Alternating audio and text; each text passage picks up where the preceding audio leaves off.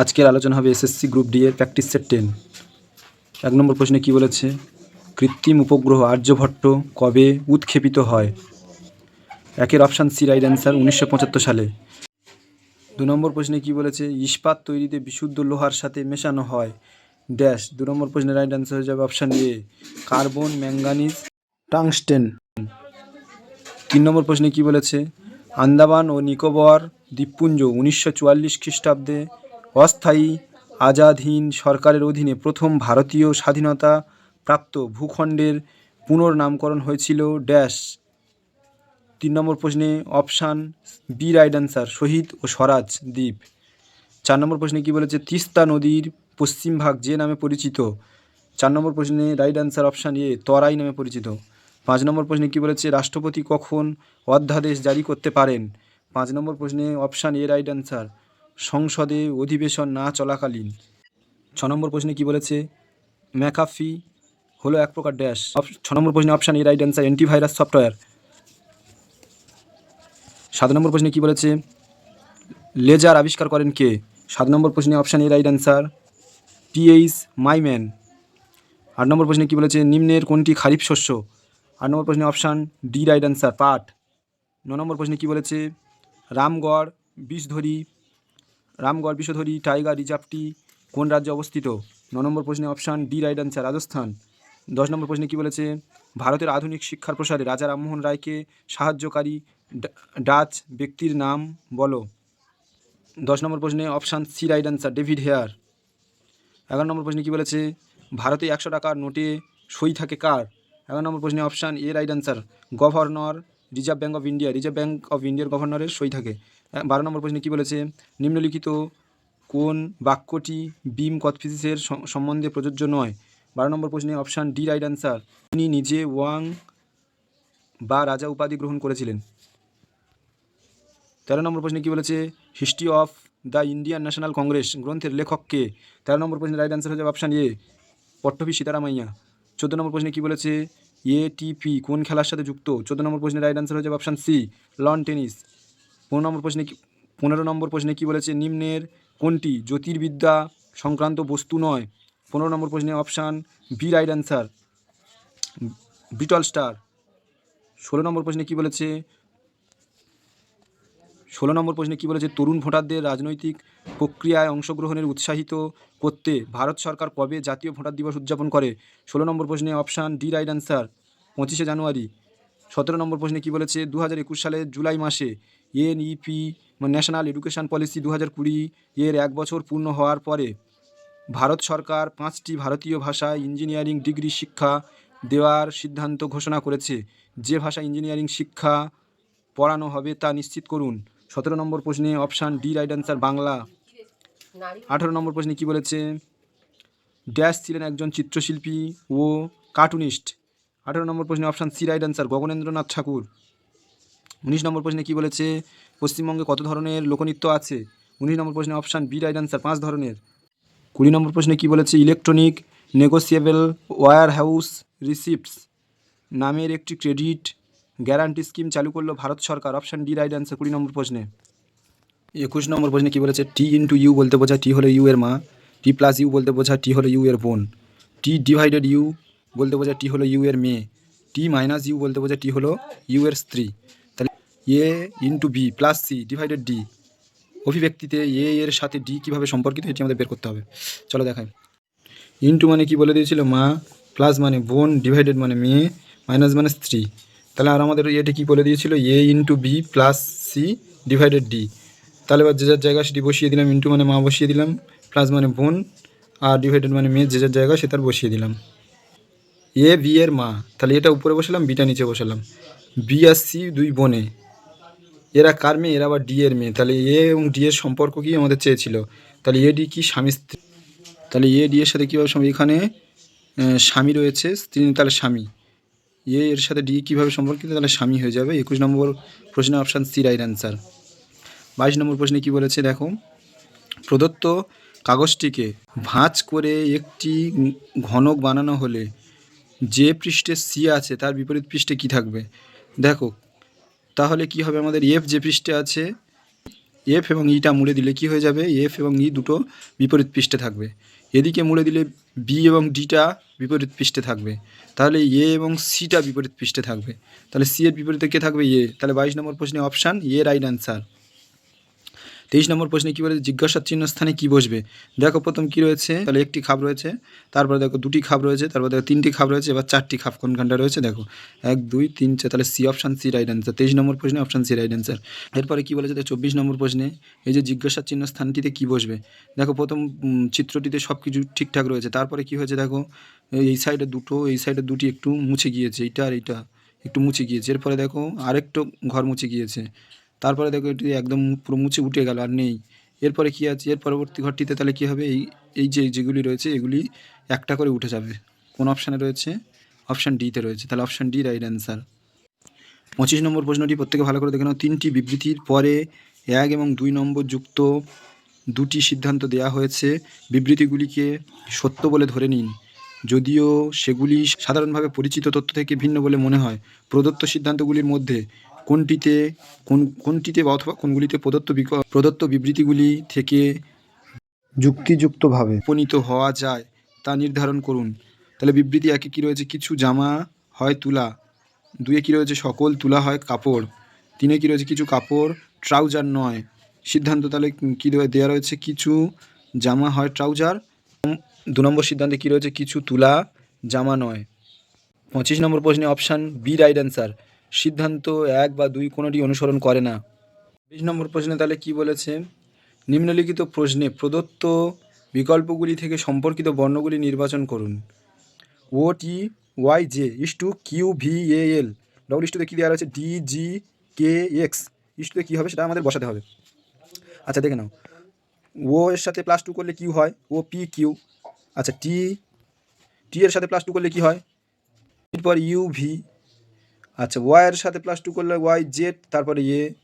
J এর সাথে +2 করলে কি হয়, কে এল। তাহলে দেখো +2 করে করে এটি আমরা পাচ্ছি। এর সাথে তাহলে +2 করলে কি পাবো, ডি এর সাথে +2 করলে কি পাবো, ডি এর সাথে +2 করলে ডি পরে ই এফ, তাহলে এফ আমাদের কোন অপশানটিতে রয়েছে, অপশানে, তাহলে অপশানে রাইট অ্যান্সার। তবু আমরা প্রত্যেকটি দেখে নেবো একবার ভালো করে। জি এর সাথে +2 করলে কি পাবো, আই পাবো। কে এর সাথে +2 করলে কি পাবো, এম পাবো। এক্স এর সাথে +2 করলে কি পাবো, জেড পাবো। দেখে নাও প্রত্যেকে ভালো করে। তাহলে 26 নম্বর প্রশ্নে অপশান এ রাইট অ্যান্সার। 27 নম্বর প্রশ্নে অপশান সি রাইট অ্যান্সার।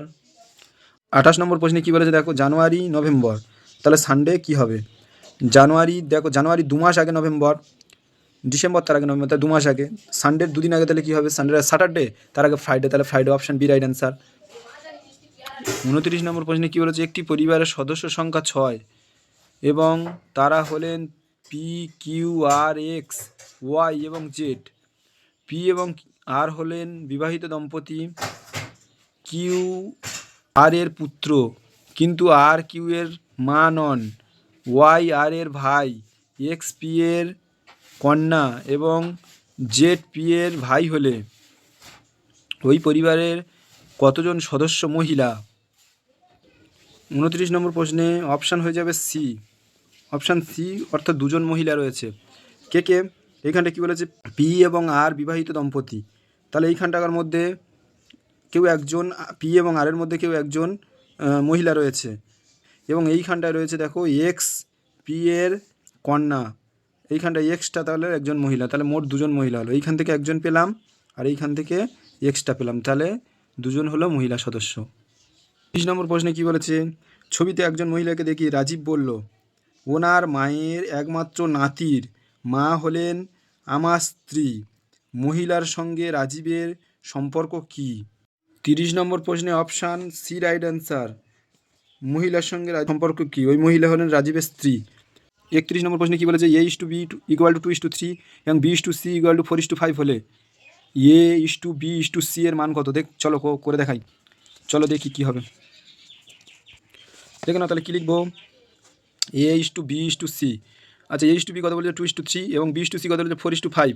এবার যে পাশে 3 রয়েছে এই 3টি এ জায়গায় একটি 3 বসিয়ে দেবো, এটা 4 রয়েছে এইখানে একটি 4 বসিয়ে দেবো, আর গুণ করে দেবো, 3 5 15, 3 4 12, 4 2 8, তাহলে 8:12:15। এই অঙ্কের রাইট অ্যান্সার হয়ে গেল 8:12:15। 32 নম্বর অঙ্কটিতে কী বলেছে 15 এর 150% প্লাস 75 এর 75% ইকুয়াল টু কত? চলো দেখাই। 15 এর 150% মানে কি বলে দিয়েছি এর আগে তোমাদের, যে সবসময় সে সংখ্যার নিচে 100 থাকবে। তাহলে 15 ইন্টু 150/100 প্লাস 75 এর 75% মানে কি, পার্সেন্ট তুলতে গেলে নিচে সবসময় আমাদের কী দিতে হবে? 100 দিতে হবে। তাহলে 75 ইন্টু 75/100, পার্সেন্ট তুলতে গেলে সবসময় নিচে 100 দিতে হবে। এবার দিয়ে কাটাকাটি করে দিলাম, 15 বসিয়ে দিলাম 150/100 প্লাস 75 ইন্টু 75/100। এবার কাটাকাটি করে দিলাম, কী হলো দেখো, 3 পঁচিশ 75, 4 পঁচিশ 100। এটা কী করলাম, 0 0 কেটে দিলাম, 3 5 15, 5 2 10। তাহলে এবার কী করলাম, 15 দিয়ে 3 গুণ করলাম, 3 15 45, বাই নিচে কী রয়েছে 2, আর এদিকে কী রয়েছে 75, 3 দিয়ে গুণ করলাম 225/4, যোগ করে দিলাম, দেখো কী হলো 90, এদিকে প্লাস 225। এরপরে দেখো কী হলো, দুটো যোগ করে 315/4, এটাকে ভাগ করে দিলাম, দিলে এলো আমার 78.75, রাইট অ্যান্সার। 33 নম্বর প্রশ্নে কী বলে, 3টি ঘন্টা একসাথে বাজার পর যথাক্রমে 1.2 মিনিট, 1.6 মিনিট এবং 2.7 মিনিট অন্তর বাজতে থাকলো। ঘন্টা 3টি পুনরায় একসাথে বাজার সময় পর্যন্ত প্রথম ঘন্টা মোট কতবার বাজবে দেখি। 33 নম্বর অঙ্কটি দেখো প্রত্যেকে ভালো করে মিনিট থেকে সেকেন্ডে নিয়ে এলাম। এরপর দেখো সবকটা লসাগু করলাম, করে কাটাকাটি করে দিলাম, দিলে বের হয়ে গেল, দেখে নাও। 33 নম্বর অঙ্কটি প্রত্যেকে ভালো করে দেখে নাও। 36 ইজ এ রাইট অ্যান্সার। 33 নম্বর প্রশ্নে 34 নম্বর প্রশ্নে 48টি সংখ্যার গড় 78 এবং আমরা যদি প্রতিটি সংখ্যা থেকে সংখ্যা এক্স বিয়োগ করি তাহলে গড় 57, এক্স এর মান কত? 34 নম্বর প্রশ্নে দেখে নাও, 78 থেকে 57 বিয়োগ করলাম 21, হয়ে গেল রাইট অ্যান্সার, গড় কমেছে 21। 35 নম্বর প্রশ্নে কি বলেছে দেখে নাও, যদি a/b 7:4 হয় তাহলে 6a + b 6a - b এর মান কত দেখি। 35 নম্বর অঙ্কটি দেখে নাও, a/b 7:4, মানগুলো বসিয়ে দিলাম, এর জায়গায় এর মান, বির জায়গায় বির মান বসিয়ে দিলাম, দিলে দেখো আমাদের উত্তরটি হয়ে গেল। 35 নম্বর অঙ্কটি প্রত্যেকে ভালো করে দেখে নাও। 35 নম্বর অঙ্কে অপশান এ রাইট অ্যান্সার, 23:19।